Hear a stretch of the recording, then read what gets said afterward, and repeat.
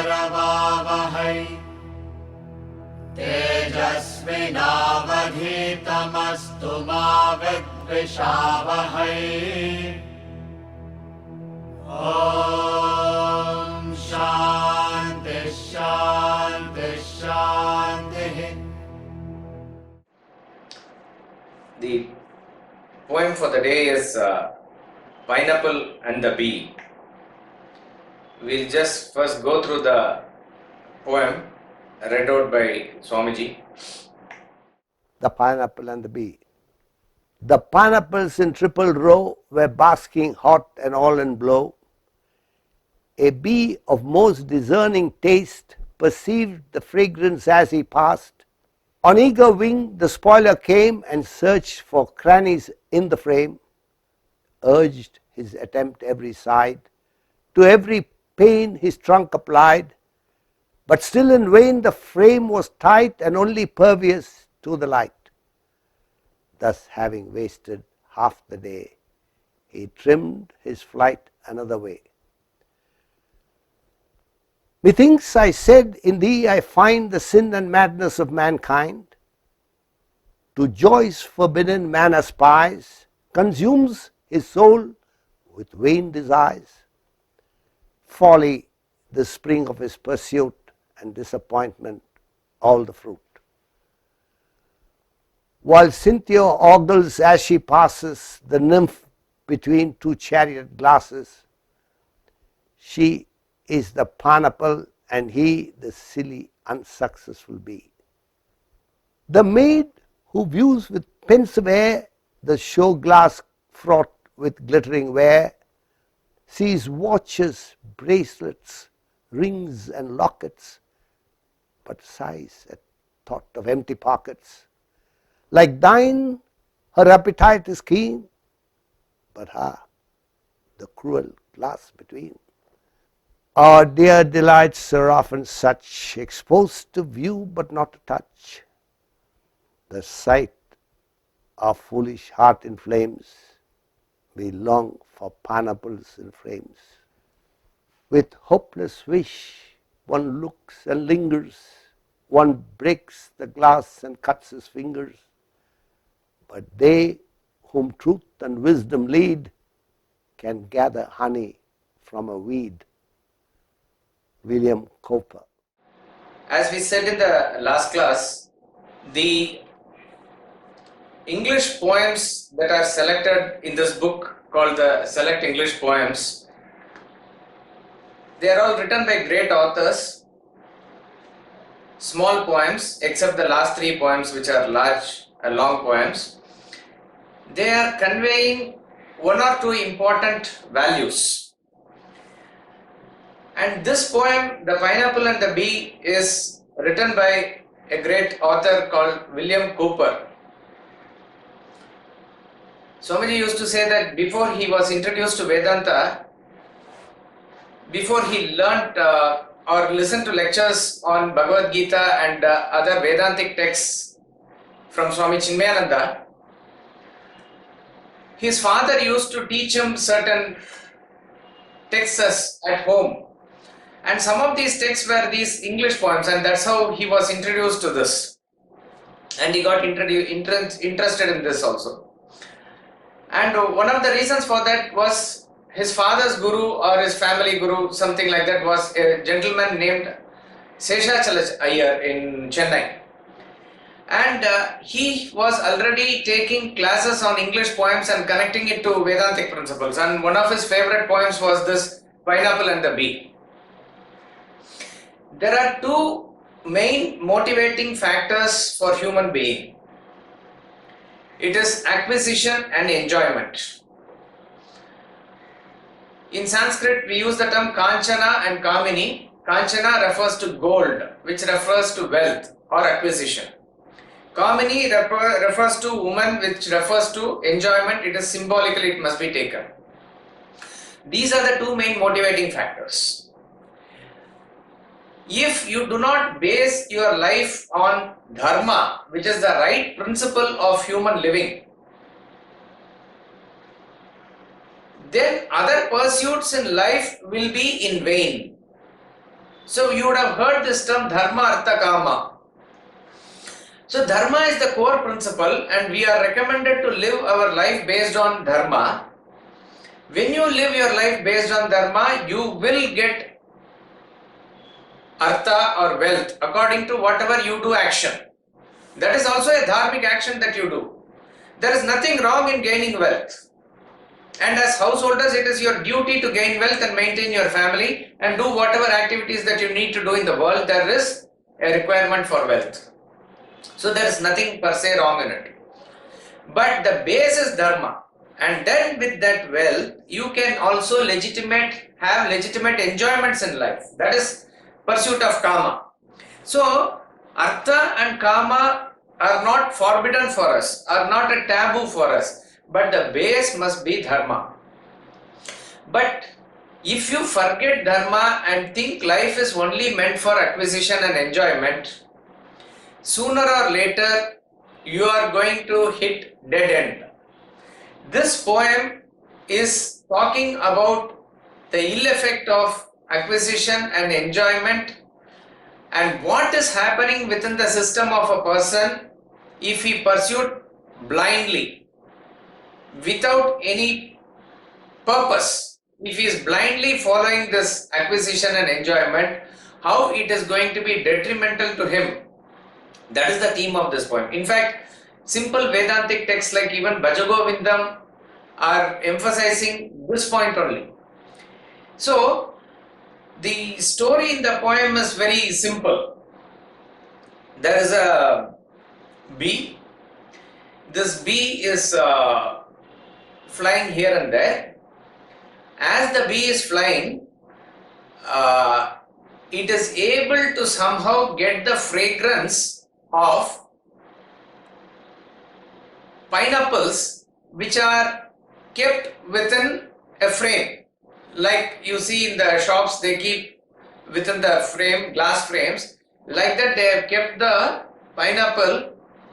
He says it is basking hot and glow. Maybe something they have made out of the pineapple also. So it is arranged nicely and it is kept within the frame. Somehow it has got that fragrance and now it is coming and seeing it is all there.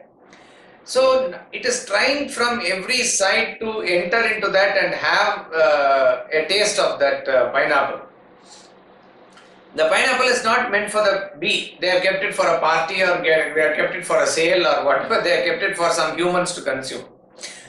It does not really is meant for the bee. But the bee has perceived the fragrance and it is trying from every side to enter the frame and have the pineapple for itself. Unfortunately, the frame is very tight and it is not able to do so. Like this, it wastes its time for half a day. Half the day is gone, it is only trying here and there. It just could not get through. Then with hopelessly it goes the other way. It is just going the other way. This is the story, if you want to call it a story. This is what the poet is saying in the beginning. And then he is going to equate the pursuit of the bee to that of human beings. And he is going to equate in both acquisition and enjoyment. One of the most brilliant works you will find. We will just go through this poem in detail. It's very interesting. The pineapples in triple row were basking hot and all in blow. It is very interesting that the author has used the term triple row. That means they are arranged in 3 rows. Those who are regular in these classes and those who have some background of Vedanta, you will know that this term or this number 3 is very important. In various ways it is associated with Vedanta. The gunas are 3 in number. Like that, various aspects of our lives is 3 in number. And here we always know that our pursuit of the world, pursuit of happiness or enjoyment in the world is at 3 levels. We want enjoyment at the level of our body, our mind and intellect. So we look for physical pleasures, emotional joy and intellectual delights. So maybe to indicate that, he has said that the pineapples are arranged in triple row. Okay. Where basking hot and all in blow, a bee of most discerning taste. This figure of speech in English is called as dramatic irony. Bee of most discerning taste means it has excellent taste. It has discerning taste. Meaning, to equate it a little further, it is of a very thinking capacity it has, and it has got the perfect taste, and with that it is perceiving the fragrance. See, what he is meaning is the opposite. Actually, it is a foolish bee. It is not a wise bee. It is a foolish bee because it is trying for something which is not belonging to the bee. So to indicate the opposite, they say it's such a wonderful thing. That means what he's trying to say means it is not at all good. Sometimes we use the figure of speech like that. That is called as dramatic irony. So in Sanskrit, they sometimes use this term called as Pandita Putra. Pandita Putra means he is the son of a Pandit. Pandit means a wise person, a knowledgeable person. So if the teacher is there and this student is there in the class and he is actually son of a knowledgeable person, but he is not actually doing well in the class. He is getting low marks and he is not reading well. Then you will say, oh, you are Pandita Putra. That means you are the son of a wise person. That means you are not living up to that standard. You are a fool. That is what it means. So when they use the term Pandita Putra, it means just the opposite. Exactly like that. A bee of most discerning taste means it is not a very bee with a discerning thinking power. It is just a foolish bee. Perceived the fragrance as he passed. So he was able to catch the fragrance of the pineapple. On eager wing, the spoiler came and searched for crannies in the frame. Urged his attempt on every side, to every pane his trunk applied. So very eagerly the bee came and it is searching for the pieces that are kept in the frame. Within that glass framework it is kept. So it is searching. Urged his attempt on every side. From every side it is trying to come in. To every pane his trunk applied. It is trying to get through on every side. But still in vain. It is vain. It is waste. The frame was tight. The frame was very, very tight and only pervious to the light. Only pervious to the light means only light can come inside because it is transparent glass. It was only pervious to the light. Obviously, bee cannot enter them. Thus, having wasted half the day, he trimmed his flight another way. Here is another important message. Like this, you simply keep on lingering your thoughts on certain enjoyments of life which you probably do not know how to get it, or you are not supposed to even aim for it from the practical point of view, but yet the mind keeps on lingering on it. You try this and that from every side, but nothing is working for you. By the time you realize this, what has happened? Half your life is wasted. Half your life is wasted. Can I try this? Can I try that? Can I do this? Can I do that? Before you even think about what is your pursuit of life, half the life goes away. And what are you pursuing? You think in terms of very many things which are very, very attractive to you. But you do not know the method of even achieving it. Plus, you do not know how realistic it is for you to even entertain the thoughts. In this process, your time gets wasted. You come back to the square one and you have not progressed anywhere. This is what the poet observes the bee doing. Now this episode of the bee, he is going to apply in our lives. So the rest of the poem is trying to explain this characteristic of bee. and he is going to explain the fallacy in our pursuit.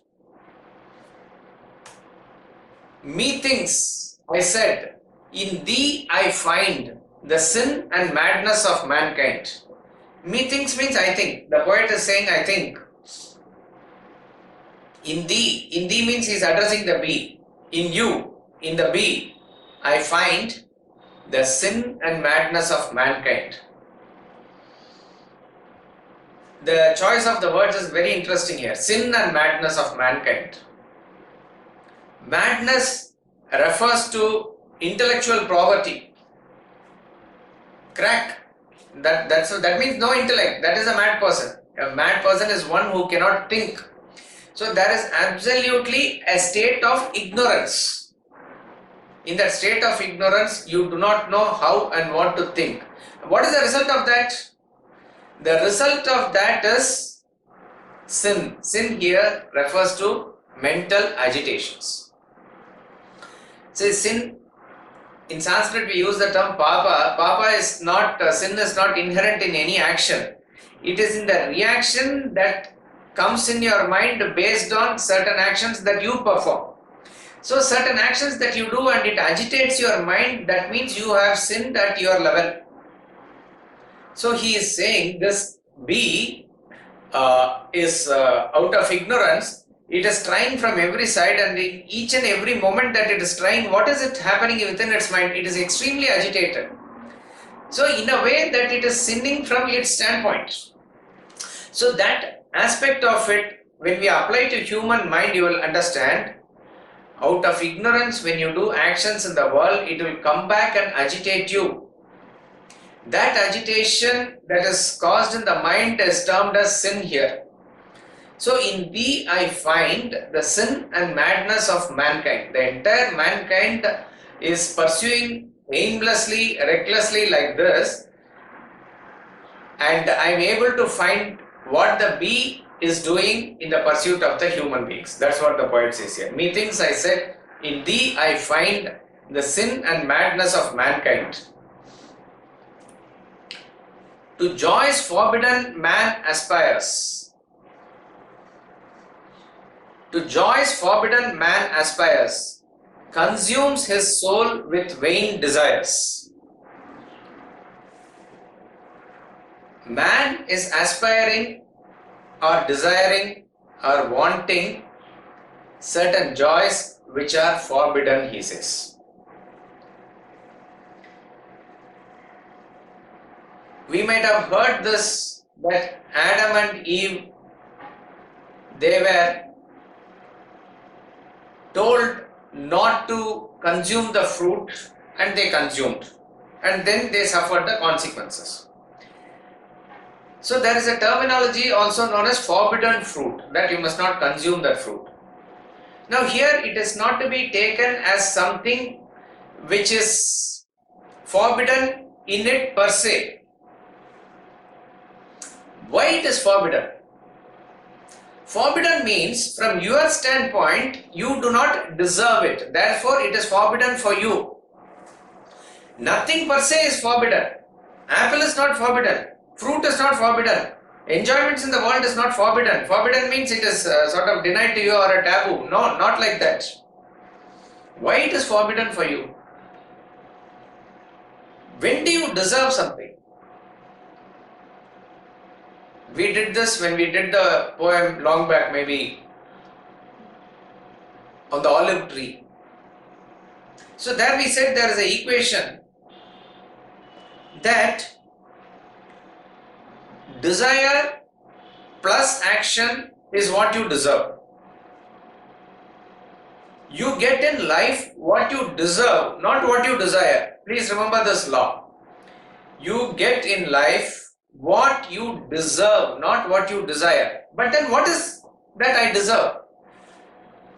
For me to deserve something, there must be definitely a thought about it. But when I think about it and crave about it and I keep on imagining about it, it is not going to come to me. In fact, my own craving is going to stop the object from coming to me. Therefore, I need to rise above that thought to get that. In order for me to rise above that thought or desire, I need to do karma. So what really brings the fruit of action is the action. And that action is not aimless action. Action is a determined action. Determined action which follows your pursuit or thought. So therefore, your thought plus action, your desire plus action is what you deserve. So therefore, what you must aim in life is to do something in life based on which you will deserve. Whatever you will deserve, you will get it. But what does man actually do here, as the poet points out here, is to joys forbidden man aspires. Without working for it, without deserving it, you are simply caught up in the world of imagination. That is a forbidden joy for you. In fact, that is why movies are successful. Why are we able to enjoy the movies? Because what is fanciful in your imagination is shown on screen. You are the superhero and you have the best heroine and you have all the positive qualities and other things. So why are you able to enjoy the movie? Because vicariously you put yourself in the position of the hero. The girl may put herself in the position of the heroine. And therefore there is an enjoyment. Why? Because you are not able to achieve the same thing in the real life. So therefore what is triggered in your image, that is the success of the movie director, I would say, how much he can trigger your imagination and take you like that. But after that 3 hours or 2.5 hours is over, you better come back and have a reality check. If you continue to live in that imagination, it is going to be an extreme waste of time and energy for you. So joys forbidden means you do not know how and when and why, but from practical point of view, you have not even thought about it. There is no application of intellect at all. But simply the mind imagines something which at present really does not belong to you from the level that you are. So it becomes a forbidden desire. So to the joys forbidden man aspires, and what does he do? Consumes his soul with vain desires. Wonderful line this is. Consumes his soul with vain desires. These desires actually consume your soul. It eats up your system. You will not be able to do anything else in life. You will not be able to discharge basic duties in life also. And these desires, he says, are vain desires. Why it is inspiring for us is that there is a very parallel verse in Bhagavad Gita, chapter 9, verse 12. It says, Moghasha, exact translation, Moghasha means vain desires. Moghasha, Mogha Karmanaha, Mogha Jnana Vichetasaha, Asurim, Rakshasim, Asurim Chaiva, Prakritim Tanumashruta. In the previous verse, he says, fools disregard me, who is within them. Me means the self. Krishna is talking. Lord Krishna is talking, and when he uses the term me, he is referring to the Supreme Self. So, who is the fool in a human being? Who disregards me? Who disregards me means he does not know that the Supreme Self is within, and that is his main pursuit in life. When this sort of idea itself is not there, our pursuit becomes extremely extroverted, and then we take the nature of Asura and Rakshasa. That's why he says Rakshasim Asurim Chaiva. That is the demonic pursuit. And such a pursuit in life is Mogha. Mogha means vain. So without you aligning yourself to the main pursuit of life, which is the pursuit of the self, which is the pursuit of happiness in the proper way, or even which is the pursuit of dharma in this world, take that. Without you being on the line of dharma and doing everything as a duty that you must do, simply caught in the mind's imagination of acquisition and enjoyment, Whatever then you entertain as desire, whatever actions you do, whatever knowledge you gain in the world also are vain, waste, extreme waste of energy. Exactly fits into the pineapple story in this poem. Mogasha, it's a vain desire. This vain desire, what it will do is, it will consume your soul. It is very interesting that he says, even such a pursuit of knowledge in the world is also vain. Of what avail? That is why in the Bhajagovindam first verse, he says, Bhajagovindam, Bhajagovindam, Govindam, Bhaja Mudamati. At the appointed time, Sanskrit rules are not going to come and save you. Sanskrit rule means the mundane pursuit in the world. That is not going to save you. So, to the joys forbidden, man aspires, consumes his soul with vain desires. Again, two beautiful lines. Folly, the spring of his pursuit, and disappointment, all the fruit. The spring of the pursuit means the very basis of his desire, the very root of his desire. It is folly. So that means the very basis with which you have started this pursuit itself is wrong. So if you start your journey like that, disappointment, all the fruit. At the end, what will happen is disappointment. Just as the bee was extremely disappointed at the end of its pursuit, you will also have disappointment. So therefore, think about your desires. Think about whatever you want in life. From where does it come? Why do you want to entertain it? I want a Mercedes car. Why do I need a Mercedes car? I have not thought about it. It is just that maybe because of peer pressure, maybe my friend has it and therefore I want it. Is it according to my status? Is it according to the level of my income? Is it according to my requirement? All this thought, when you apply, it comes within the realm of your intellect. But that is not done at all. Simply the mind is aspiring for something based on some fancy. As I said, it could be because somebody else is having, or is it something because you saw an advertisement, or it is something because your friend said, or something like that. What is the basis? You have not even applied your thought 1% here. So these are the pursuits which he says are folly. I somehow want to go to America and settle. Why? Going to America is not wrong, please. Staying in India is also not wrong. But I want to go to America, and that has been consuming my this thing. Okay. Still, you may try and try and try, and you go there and you settle there. What always you get based on what you deserve is a package deal. A rose is there means thorn is also there, but we get attracted only by the rose. When it is handed over to you, thorn will also be there.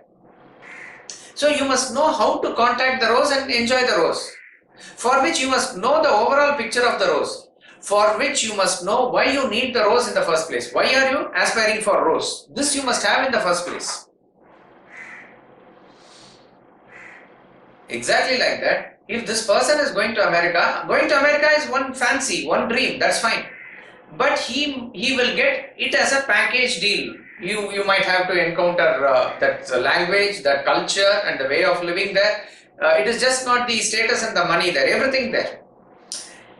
So at the end of it all, when you get married there, let us say, and your son is dating a white girl and you don't want that or something. No. Oh, I am disappointed in my life. Why has my life turned out like this? Because folly, the spring of your pursuit.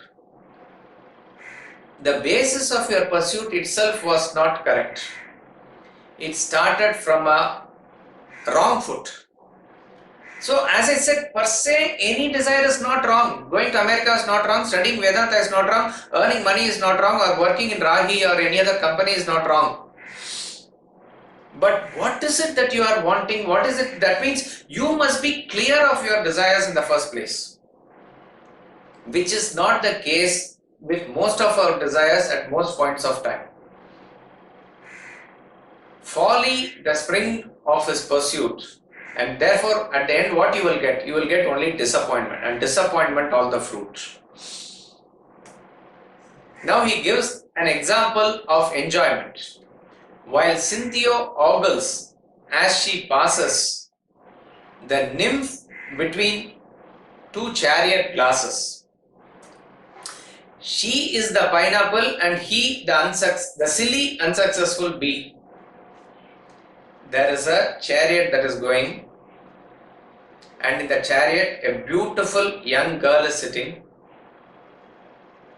While Cynthia ogles means, ogling is looking at in a very amorous way. So the moonlight is there and it is casting its light on her, meaning it's a very conducive environment for sensual enjoyment. So this girl, who is a very beautiful girl, maybe a princess, she is going in the chariot, and this boy is standing by the side and he is just watching. So the poet is comparing that girl to a pineapple. And who is the bee? The bee is the boy here. He is silly. Because the chariot glasses are there. He is able to see only. He will not be able to go near her, touch her or enjoy her. Not possible. Now this may sound poetic, but what he is talking is a practical truth. I'll narrate you an incident which Swamiji narrated about his college life when he was in England. For obvious reasons, we are not mentioning the name, but one of his friends who was also studying with him, this gentleman, all of them were friends together and studying there.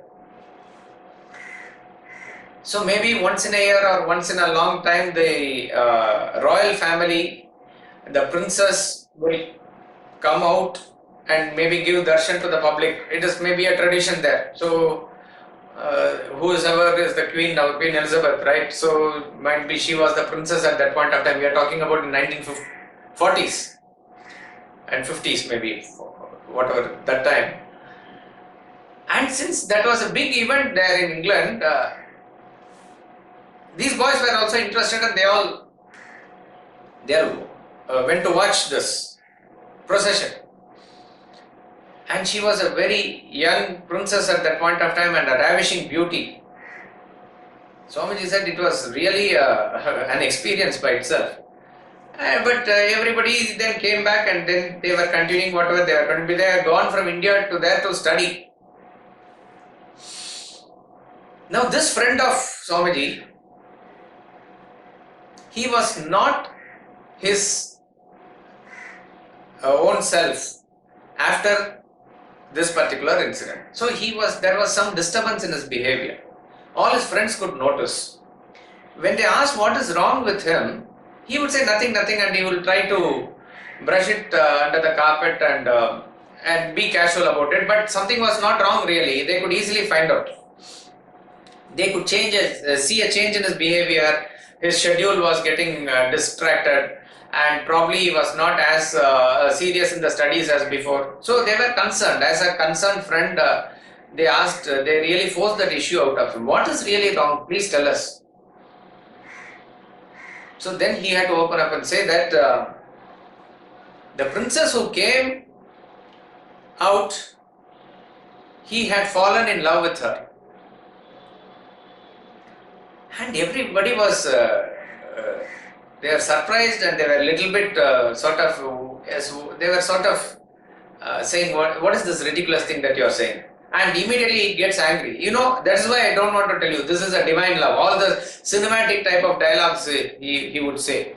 and he would go in front of that palace and wait whether she will come on balcony and see something like that. This was happening. Now, what would you call this type of a desire? This is, I am talking about an incident, it actually happened. And our Swamiji said it took a couple of weeks to months for them to bring this person back to his normal self.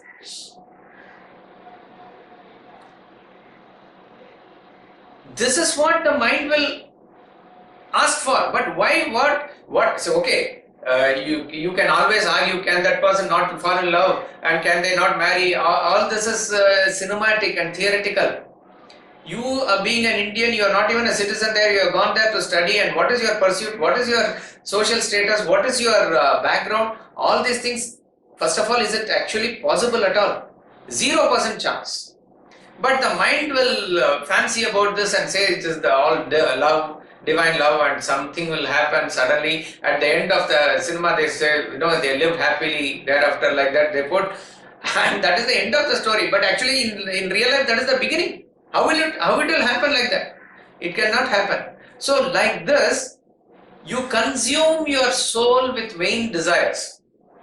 So in this case, this person is the bee, this boy, and the girl in the chariot is the pineapple. So it is a very unsuccessful pursuit. It is talking about enjoyment. Now he is going to talk about acquisition. The maid who views with pensive air the show glass fraught with glittering ware, sees watches, bracelets, rings and lockets, but sighs at the thought of empty pockets. There is a maid. She is standing in front of a shop, like what they use the term, window shopping. Through the glass, she is seeing all the things that are displayed in the shop. All are glittering, very attractive. She sees the watches, bracelets, rings and lockets. Every beautiful thing is all displayed there very nicely. But what? But sighs at the thought of empty pockets. She doesn't have money. She can't buy them. So she is giving a big sigh. Sees watches, bracelets, rings and lockets, but sighs at the thought of empty pockets. Like thine, her appetite is keen, but the cruel glass in between. Like thine means he is telling the bee, like you, her appetite is very keen. She is craving. She is very thirsty. She is wanting it very much. But what is there in between? What is there in between is the cruel glass. It is again a figure of speech. I think it is called as pathetic fallacy. The glass is not cruel, but it is cruel for her because it is stopping her from reaching the object of her desire. There is a cruel glass. So everywhere here we find in this poem, there is a cruel glass between. The pineapple had first the cruel glass. It was not able to go inside. Then the boy had that cruel glass of the chariot from where only he can see that girl. And here she wants to acquire various things of her desire, but her pockets are empty. And there is always this cruel glass. You can only probably see it. You are not able to acquire it and enjoy it. Not possible. This is the story. This is the exact, message that the poet wants to convey. Now, in conclusion, there is beautiful idea that he gives. These last 8 lines, if you can by heart it, please by heart it. These are given in italics. It is not there in the main poem. It is there given by Swamiji here. The last 8 lines of the poem, as I said, if you can by heart, nothing like it, because it is giving a very important message. And he is summarizing the poem here. Our dear delights are often such exposed to view but not to touch. Our dear delights are often such, exposed to view but not to touch. Our wishes, our desires are in such a way that most of the time it is only exposed to view but not to touch. So that means you can see it from a distance. You cannot actually go and enjoy it. This is not to discourage us. It is only to say that you are not in the position that you are in that deserving position now. Our dear delights are often such, exposed to view but not to touch. The sight our foolish heart inflames, we long for pineapples in frames. The very sight of it, our foolish heart inflames. See, what happens is that in Bhajagovindam there is a verse, third verse, where Shankaracharya says, Nari stanavara nabi desham drishtva maga mohavesham.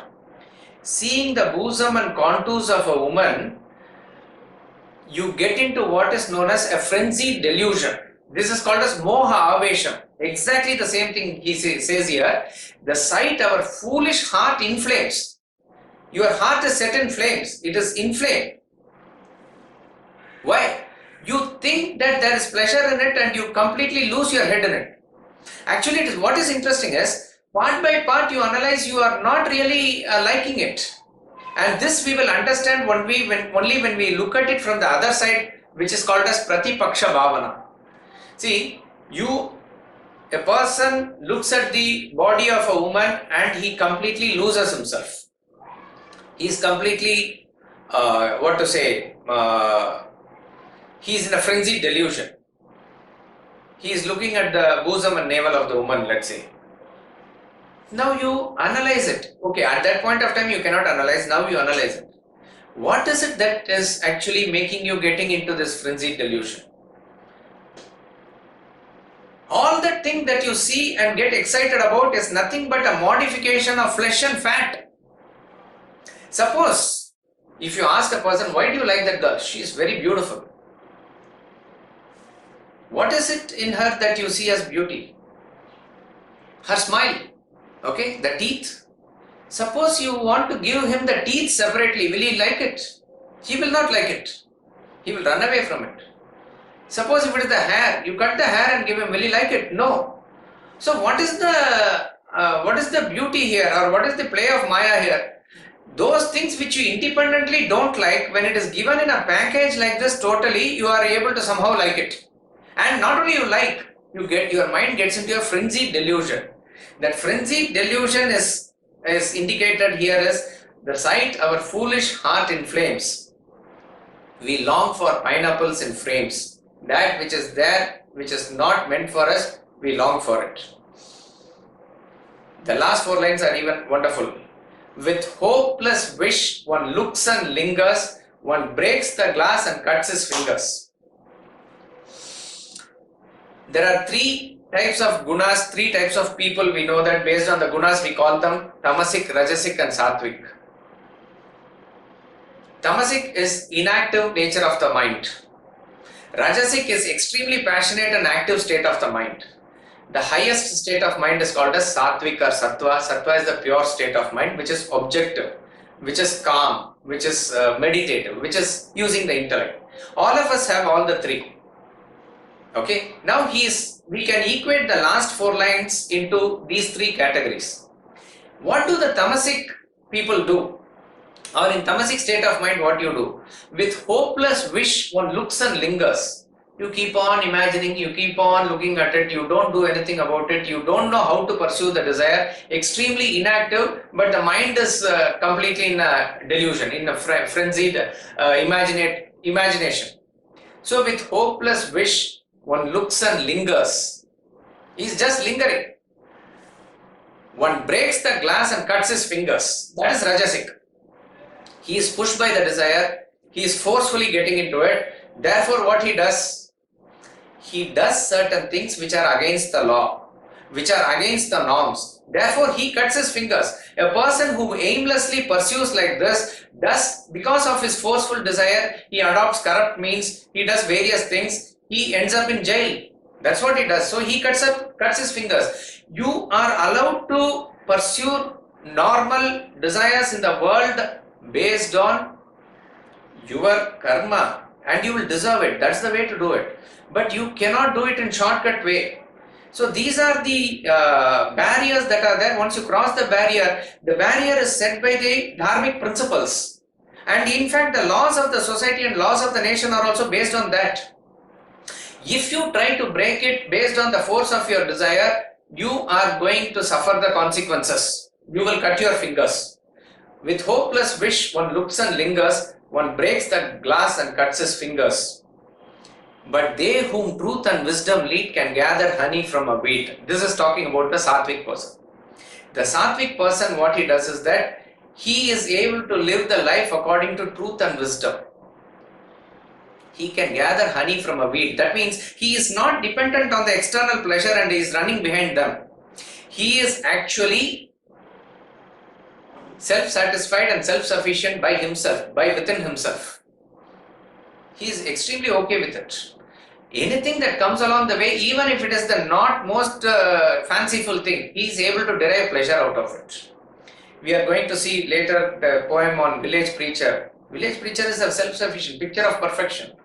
Some beggar who is coming there, some retired soldier who is coming, he is entertaining them as guests and he is happily spending his time with them. And they are also able to have full satisfaction with him. This is the life of a sattvic person. With hopeless wish, one looks and lingers, one breaks the glass and cuts his fingers. But they whom truth and wisdom lead, that means your pursuit of the self is the ultimate for you. You are in the path of the truth. And such a person can gather honey even from a weed. A weed is something that does not produce anything, but they are able to extract happiness out of it. One of the most wonderful poems here. Before we conclude, we'll just go through this Swamiji's commentary here. A passing bee perceived pineapples arranged in 3 rows within a glass frame. With eager appetite, the bee tried to reach it. It could only see the ripe fruit, but could not get through the glass. Having thus wasted half a day, it flew another way. William Cowper compares the bee's behavior to that of humanity. He gives 2 examples to highlight mankind's weaknesses for acquisition and enjoyment. The poet symbolizes them as the 2 cardinal human obsessions for wealth and women. These weaknesses relate to your physical, emotional and intellectual yearnings. The 3 rows of pineapple symbolize your attractions at these 3 levels. The poet describes a man craving for a woman sitting in a passing chariot.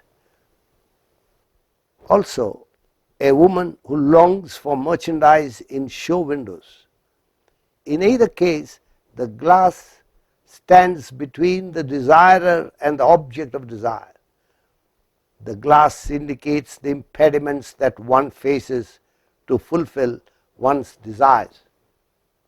The very sight of a sense object inflames the mind of the unwise. The mind falls an easy prey to these enchanting sense objects in this world. It develops endless desires. Some people are frustrated all their life, unable to fulfill their desires. Others plunge into sense objects rashly and meet severe consequences. Thus, people spend half their life in material and sensual pursuit and suffer from disappointment. The poet concludes beautifully. Those who are truthful and wise find bliss within themselves. They can draw happiness from anything, honey from a weed.